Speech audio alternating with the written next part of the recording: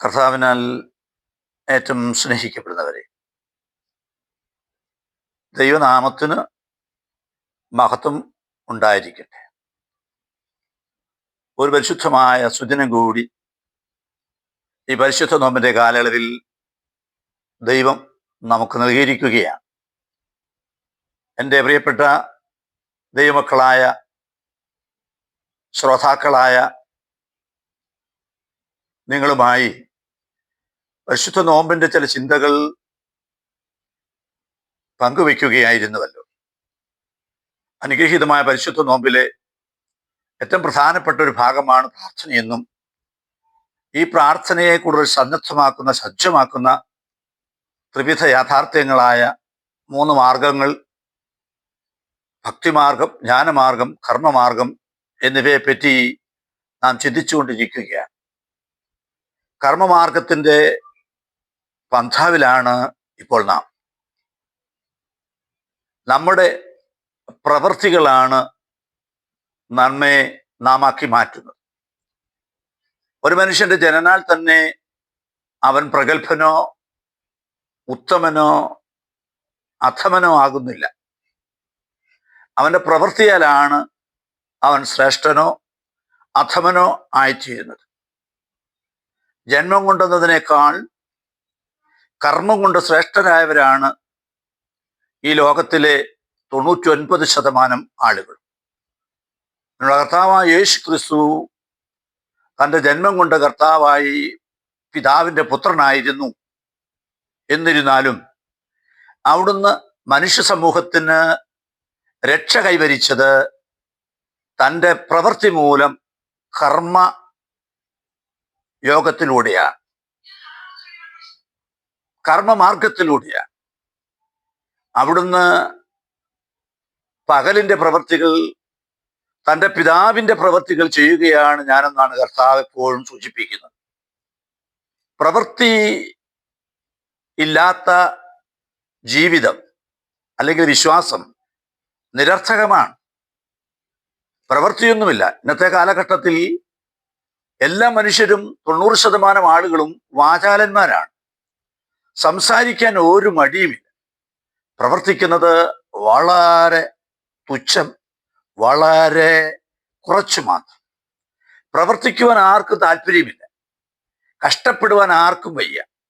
May അനങ്ങാതെ അല്ലെങ്കിൽ കൈ നനയാതെ മീൻ പിടിക്കണമെന്നുള്ള പ്രത്യയശാസ്ത്രക്കാരുടെ എണ്ണം ഇന്ന് കൂടിക്കൂടി വരികയാണ്. പരാഗ ജീവികളായി മനുഷ്യൻ ഇന്ന് അധപ്പതിച്ചുകൊണ്ടിരിക്കുകയാണ്. മറ്റുള്ളവനെ എങ്ങനെ ചൂഷണം ചെയ്യാം, കർമ്മം ചെയ്യാതെ ചൂഷകരായി മാറി മർദ്ദകരായി മാറുന്ന, തിന്മയിലൂടെ അധമന്മാരായി മാറുന്നവരുടെ എണ്ണം ഇന്ന് സമൂഹത്തിൽ വളരെയേറെ കൂടി വരികയാണ്.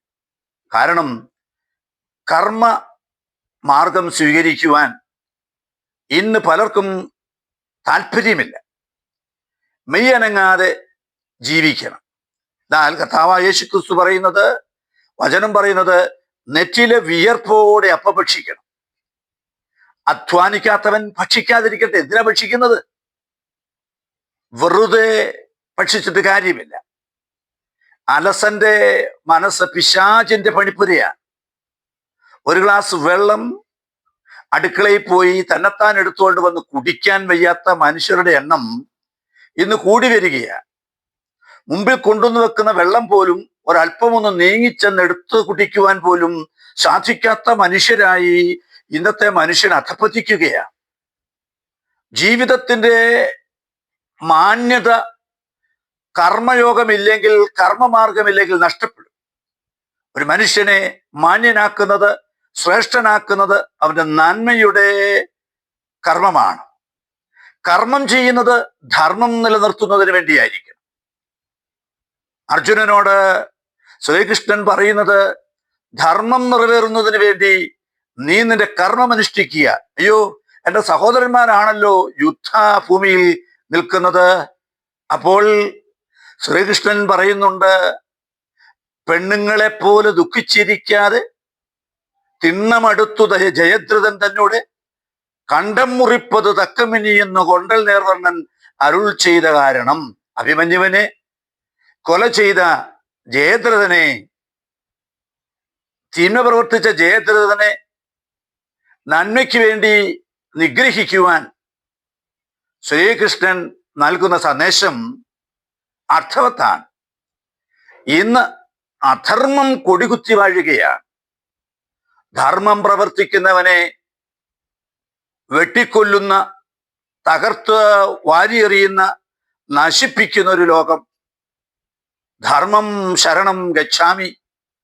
ധർമ്മത്തെ അന്വേഷിക്കുന്നവര്, കർമ്മത്തിലൂടെ ധർമ്മത്തെ ശ്രേഷ്ഠമാക്കുന്നവരുടെ എണ്ണം തുലവും കുറവാണ്. ഈ പരിശുദ്ധ നോമ്പിൽ കർമ്മം വഴിയായി ധർമ്മത്തെ സമുദ്ധരിക്കുവാൻ, ധർമ്മത്തെ പിടിച്ചു നിർത്തുവാൻ, ധർമ്മയോഗികളായി മാറുവാൻ പ്രിയമുള്ളവരെ, സത്യവിശ്വാസികളായ നമുക്ക് സാധിക്കണം.